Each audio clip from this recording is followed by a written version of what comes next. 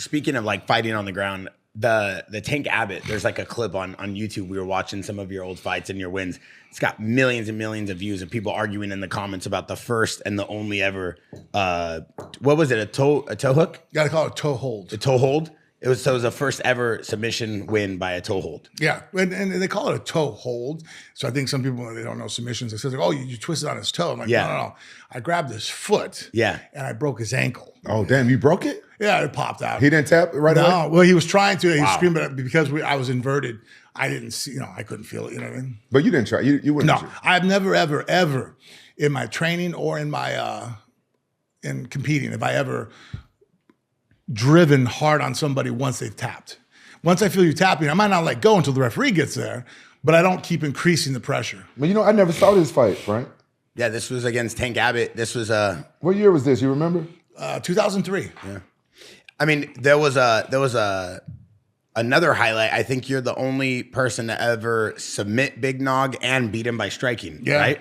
Is that true? That's true. You broke his arm too, didn't you? Yeah. Spiral fracture, bad. You didn't release when he tapped? No, I didn't apply more pressure, but he tapped too late. He tapped once it broke. Oh my God. See there, if you look, I'm putting pressure on the outside of his ankle. How good was Tank Abbott? I mean, he's a decent wrestler and strong puncher. I think they said his bench was like fucking 600 pounds at the time. So like, I didn't want to get hit by him with those little ass gloves on. So, could you feel his strength when you was going? Yeah, when I grabbed, he was solid. From the side of the guard, I could feel you. It's funny though, because I think it's probably how I feel now. At that time, I could tell the difference between the man and me as a kid. The man strength. Yeah, like there definitely is a difference. And it's funny now, when I train with people, I actually almost have to bring other people with me because I can't grab my students anymore.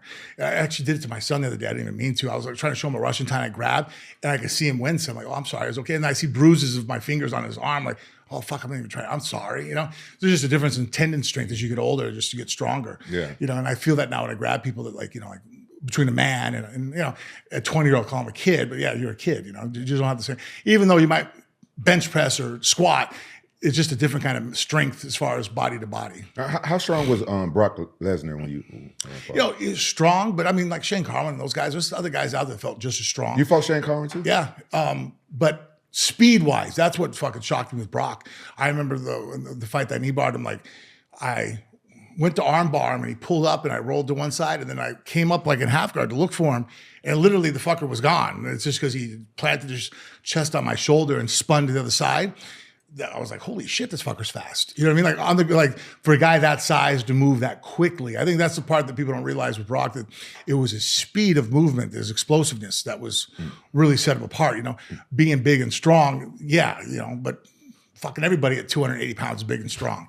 Speed-wise, that was the part that was very impressive. How do you think you will match up against that big Ferreira guy? With my technique now, I'd smash him. Yeah. I mean, ever since like in the last 3 years when I first had to have my neck surgery, and I really just took time off from training, and now I've broken film down, and now because I put my own system together with footwork and how to transition from position to position with strikes and wrestling and submissions on the ground, just my brain's at a different level. Like there's times I get kind of depressed. I've started to stop doing that now in the last 2 or 3 months, but for about a year there, I got depressed because I was sitting there going, fuck, if I was my own coach, if I knew now, I could put my, coach the person I was 20 years ago, I never would have lost a fight. Damn. It's just, even now when I spar with people and mess around, it's just a different level of just technique, just because of the technical superiority that I have. It doesn't even come down to being who's physically stronger or faster. It's like, well, I'm just so much more technically superior that like they go to do this and I hit them like, how the fuck? I'm like, well, because you're leaning this way. So I know your weight's that way. You only have 3 options. You can only do this, this, or this with any kind of significance because of the position of your body. And so I only have 3 things I got to pick from. And the minute you started moving, I made, I could see it sooner, than. Hey,